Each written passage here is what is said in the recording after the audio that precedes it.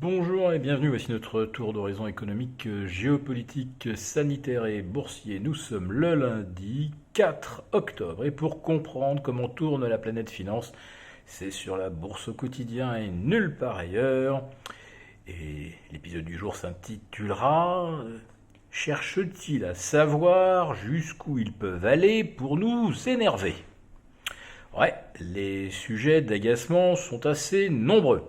Alors, ouais, on va commencer, allez, par les Pandora Papers, où l'on apprend que 35 hommes politiques de premier plan, 300 autres politiques de moindre importance, plus des chefs d'entreprise, bref. Tout ce petit monde aurait caché jusqu'à 11 300 milliards de dollars dans les paradis fiscaux, où ces sommes ont donc échappé à l'impôt. Alors, on va prendre comme hypothèse, par exemple, une taxation sympathique, quasi indolore, de 10%. Ça serait un véritable rêve pour n'importe quel contribuable fortuné dans n'importe quel pays de la planète, y compris pour les entreprises, où la taxation minimum en Europe se trouve en Irlande à 12,3. Donc, prenons ces 11 300 milliards, taxons-les à 10%, et voici donc 1300 milliards qui tombent dans les escarcelles du fisc en Europe, aux États-Unis et ailleurs dans le monde. Eh bien, ne cherchez pas, avec 1300 milliards, on rééquilibre les budgets et on éradique la faim dans le monde. Mais heureusement que de nouvelles réglementations sont entrées en vigueur le 1er octobre pour diminuer le coût du chômage en France, car oui, bien sûr, ce sont les chômeurs qui volent la richesse de nos pays.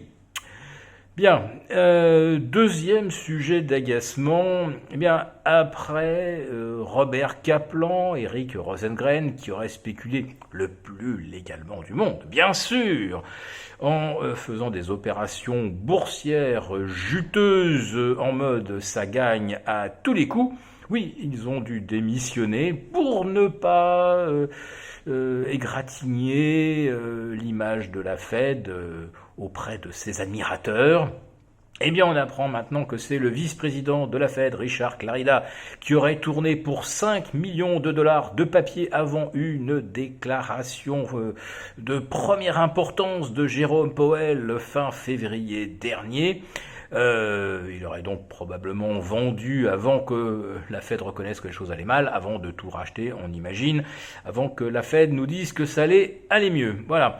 Donc ça joue allègrement en bourse, avec ce qui pourrait être considéré comme un délit d'initié s'il ne s'agissait d'un membre de la Fed, naturellement. Donc voilà, l'entourage de Jérôme Powell va certainement se clairsemer un peu plus, car je ne vois pas comment M. Clarida pourrait se maintenir en position. Et en plus de ça, eh bien, Jérôme Powell, en tout cas, il énerve Elizabeth Warren, la sénatrice démocrate, qui dit que Jérôme Powell est un homme dangereux et que tous les maux que nous connaissons aujourd'hui, c'est un peu de sa faute.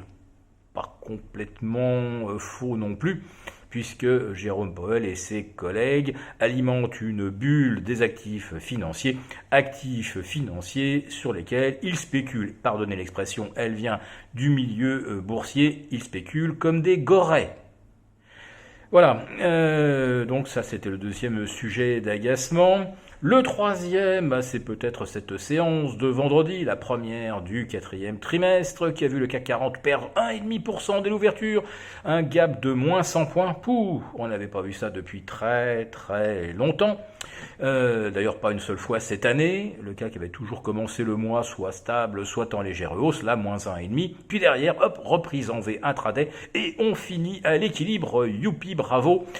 Que s'est-il passé? Personne n'y comprend rien. Alors on nous parle de débouclement de stratégie gamma neutre qui aurait été menée jusqu'au 30 septembre. Pourquoi cela aurait-il fait baisser la bourse, on va dire du 15 septembre au 30, et puis d'un seul coup ça rebondit le premier, mais seulement aux États-Unis, pas en Europe naturellement. Bref. Si j'avais mauvais esprit, je pourrais qualifier ça peut-être de grosse opération de manipulation. On a déclenché des stop-ventes vendredi matin, parce qu'en dessous de 6005, avec un énorme gap de 60 points, bien sûr, ça déclenchait des stops, et puis derrière, hop, tous les vendeurs du matin se retrouvent les acheteurs de l'après-midi, et on envoie Wall Street clôturer à plus 1,4 le soir. Plus 1,4, non, beaucoup plus en fait, quand vous regardez le Russell 2000 qui lui affichait plus 1,7, et même le Dow Transport qu'on considère comme l'indice précurseur de l'activité aux États-Unis, et qui clôturait lui en hausse de 1,8. Donc moins 1,4 à l'ouverture à Paris à 9h et 1,8 le soir sur le Dow Transport. Allez y comprendre quelque chose, c'est sûr que pour ceux qui avaient vendu le matin, là aussi, ça agace. Allez, troisième petit sujet d'agacement, j'ai quand même regardé les gros titres, j'ai vu monsieur Gérald Darmanin se rendre au congrès des maires, faire la bise, serrer des mains. Pas de distanciation sociale, pas de gestes barrières. Non, quand on est entre soi, eh bien, le Covid n'existe pas. Les gestes, les humiliations, le pass sanitaire pour aller voir l'Arc de Triomphe, tout ça, c'est pour les gueux. Et pareil, quand vous voyez les Pandora Papers, c'est les gueux qui vont payer. Et quand vous voyez la Fed qui enrichit ses propres membres, et bien là aussi ce sont les gueux qui se prennent l'inflation dans les dents.